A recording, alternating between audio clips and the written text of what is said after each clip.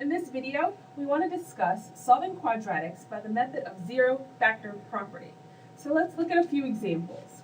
The first example we want to do is to solve x squared plus 5x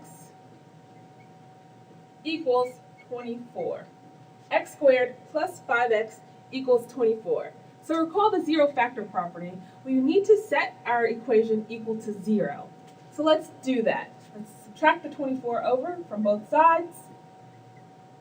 So our new equation now looks like x squared plus 5x minus 24 equal 0.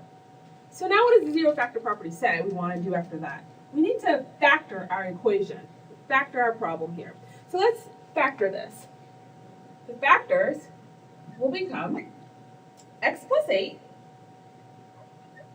and x minus 3.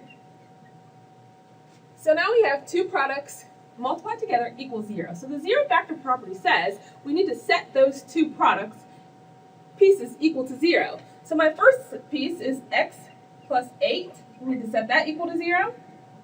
And my second equation is x minus 3 equal to 0. And we solve these two. So subtract 8 from both sides, and we get x equals 8. And add 3 to both sides, and we get x equals 3. So that's one example of using the zero-factor property to solve a quadratic equation. Let's look at one other equation. Let's look at another. So what if I had 3x squared equals 4 minus 11x. So 3x squared equals 4 minus 11x. So it looks a little different from our last example, but recall we said we need our equation to equal 0. So let's move everything over so that it equals 0. Now I could subtract the 3x over, but we like that leading term to be positive, so let's move the other terms over. So let's add 11x. So now I have 3x squared plus 11x equals 4.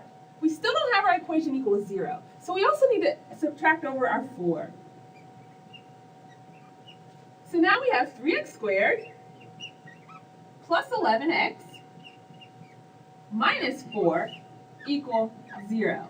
So now we have our equation in standard form. Recall this is standard form, where it's set equal to 0. Now what's the next step for zero-factor property? Recall we need to factor this expression, or this equation. So let's factor this guy.